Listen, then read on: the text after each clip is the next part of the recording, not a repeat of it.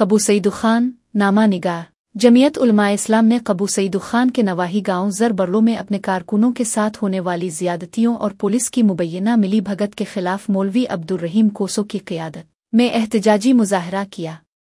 एहतजाज में जीयूआई कबू सईद खान के अमीर मौलवी अब्दुल रहीम कोसो, अब्दुल अजीज़ बरलो, मुतासिरा फ़रीक साले बरलो, अली शेर बरलो समेत दीगर अफराद ने शिरकत की।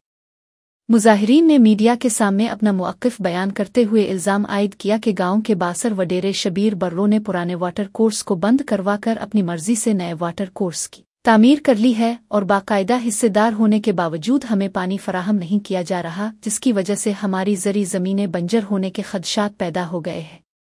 मुजाहिरीन ने मजीद कहा कि इस गैरकानूनी अक़दाम की इत्तला कबू सईद खान थाने को दी गई, मगर पुलिस ने कोई कार्रवाई नहीं की बल्कि उल्टा वडेरे का साथ दे रही है।